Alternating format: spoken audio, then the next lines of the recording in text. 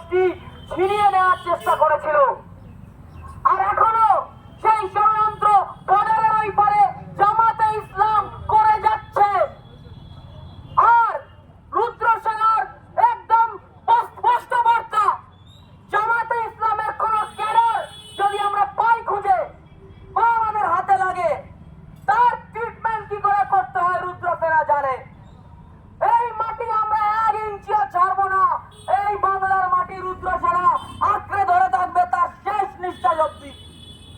প্রত্যেক হিন্দু ঘর থেকে একটা করে গোপাল পাটা আমরা বার করব, রুদ্র সেনার এটাই অঙ্গীকার। জয় শ্রীরাম, জয় শ্রীরাম, জয় শ্রীরাম, ভারত মাতা কি জয়। যখন গ্রেট ক্যালকাটা কিলিং ডে চলছিল, বারবার মনে করাতে হয় হিন্দুদেরকে, বারংবার মনে করাতে হয় হিন্দুদেরকে। এই ঘুমন্ত সনাতনীদেরকে জাগানোর জন্য ভগবান শ্রীকৃষ্ণ পর্যন্ত 18,000 শ্লোক বলে গেছে। তারপরে গিয়ে অর্জুন হাতে অস্ত্র তুলেছে। আর আজকে আমাদের ডাক, অস্ত্র ধর, যুদ্ধ কর, বাংলা মাকে মুক্ত কর। অস্ত্র ধর, যুদ্ধ কর, বাংলা মাকে মুক্ত কর। অস্ত্র ধর, যুদ্ধ কর, বাংলা মাকে মুক্ত কর। অস্ত্র ধর, যুদ্ধ কর, বাংলা মাকে মুক্ত কর। অস্ত্র ধর, যুদ্ধ কর। বাংলা মাকে মুক্ত কর।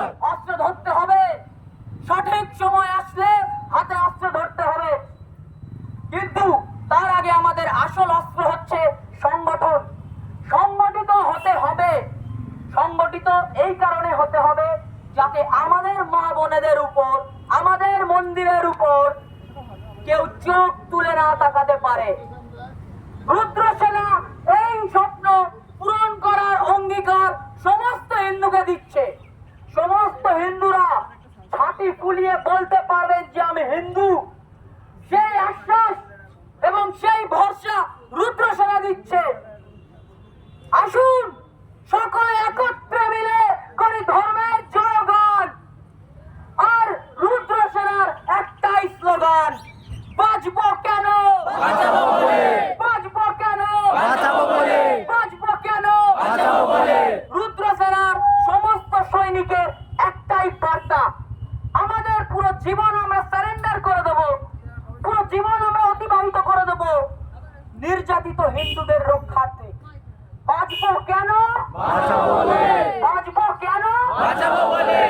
এটা বলেই আমি আমার বক্তব্য শেষ করছি। জয় শ্রীরাম। জয় শ্রীরাম।